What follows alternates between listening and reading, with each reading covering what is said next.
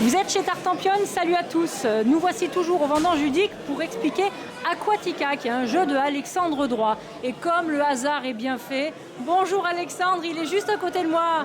Comment ça va? Ça va super bien. Ça se passe bien cette journée? Ça se passe super bien, tout le monde est sympathique comme tout et c'est chouette. Bon, est-ce que vous pouvez m'expliquer Aquatica alors? Ah oui, avec plaisir. Allez, on est parti. Alors, Aquatica, c'est un jeu à 2 joueurs où le but du jeu, chaque joueur a 9 poissons qu'il va placer au début comme il le souhaite sur ces 9 cases. Et le but du jeu est d'emmener n'importe lequel de ces poissons sur la case de sa couleur en face. D'accord. Tous les poissons se déplacent en horizontale, verticale, diagonale que d'une seule case. D'accord. Et on n'a absolument jamais le droit de reculer. Chaque poisson a un pouvoir particulier. La pieuvre a le pouvoir de pouvoir recouvrir ses propres poissons, c'est-à-dire les requins et les poissons volants, c'est-à-dire qu'on peut faire ça. Et au tour suivant, on va pouvoir l'avancer. Ouais, ça c'est rigolo, tout le monde regarde s'il y a réellement un trou avant. Mais ouais, il y a effectivement le trou avant. Là, vous allez pouvoir emmener votre pièce. À tout moment, vous avez le droit de vous désolidariser de cette pièce. Comme ça, par exemple. Mais vous avez aussi le droit d'aller kidnapper emprisonner un poisson adverse. Donc toujours pareil, seulement les poissons volants et les requins. La deuxième pièce du jeu, le requin par exemple, lui sa force c'est qu'il va pouvoir manger absolument tout dans le jeu.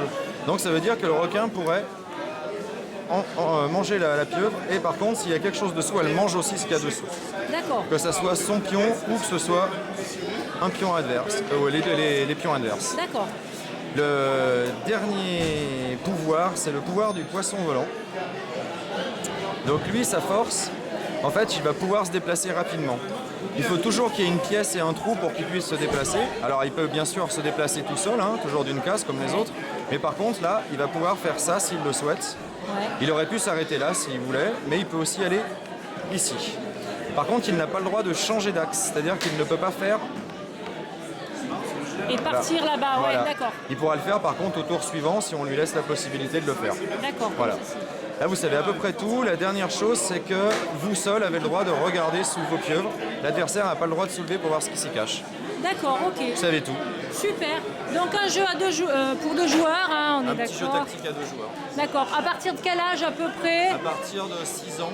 Ouais. Et, Ah oui, on commence tôt, hein. Là on a fait un tournoi, c'est un enfant de 9 ans qui a gagné. Ouais, c'est super. Donc, qui a réussi à battre les adultes, ce qui était plutôt bien. Intéressant, oui. Et ça dure combien de temps à peu près une partie? Alors les parties c'est environ, ça peut être 3 minutes en fonction de l'adversaire. Comme ça en général c'est plutôt des parties de 10 minutes, un quart d'heure.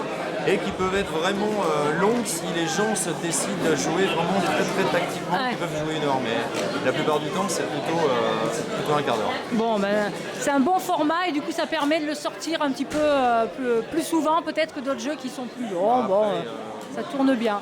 Il y en a un peu pour tous les goûts. Quoi. Tout à fait. Chacun, Alors Alexandre, juste en quelques instants, donc vous êtes... Monsieur Toscano derrière. Ah oui, mais toujours, il surveille ce qu'on dit, il surveille si, si on ne dit pas de bêtises. Vous faites partie du CAL, c'est quoi le... De la CAL, pardon. Alors, je voyais, je connais pas, donc du coup je vais apprendre en même temps que les gens qui vont regarder cette vidéo.